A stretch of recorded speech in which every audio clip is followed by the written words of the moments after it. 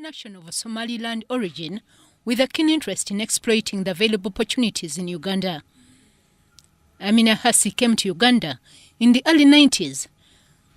She dealt in a different merchandise, but she acknowledges it was cement that gave her a breakthrough. In 1971, I was just only 9 years, and there were 6 of us where my father died.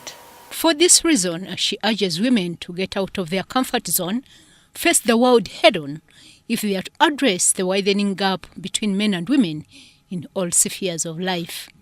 Now I work a lot with the women. And I find, first of all, the problem is the attitude. People don't want to attempt things. They don't want to suffer. People want, today I have to finish school, I have to do this, and I have to be on the top. It's not. With Amina Hersi, we learned that she's one of those affluent women, not only in East Africa, but also in the world. She currently owns Oasis Mall, Lubman Courts in Nakasero, and many other investments. That question of being near the system, I have been criticized from the start, not from today. But it is my hard work. My hard work, my positivity of how to do things. You have never heard me being fought by anybody that I have grabbed anything. You have never heard, if I'm being pushed by the system, people could say that this is not right. But everything I have done from day one, I have been televised. I have been shown what I'm doing. Is only what I know that people don't agree that an African can do something. Amina Hersi has now embarked on a bigger-than-life project. She's setting up a sugar factory in Achak in northern Uganda. The project will see the creation of social development to benefit the community, including schools, hospitals, roads, and others. She intends to work closer with women in this particular project. And it took them 1 year to come and convince me.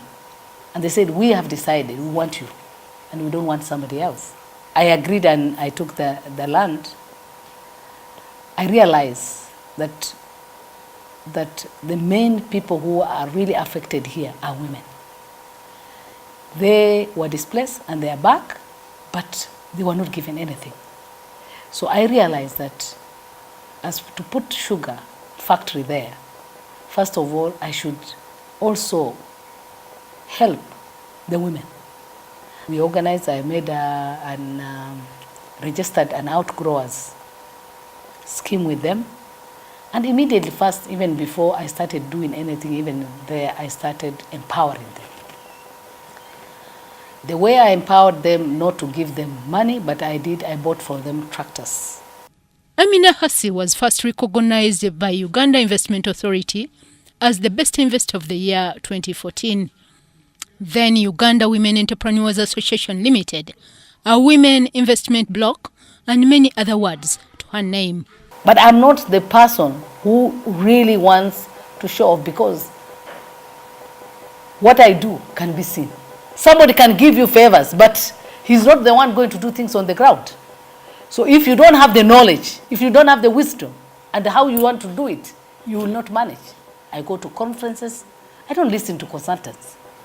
I go to conferences where I also get my own idea, my own things which I'll use my brain. Allah gave me brain.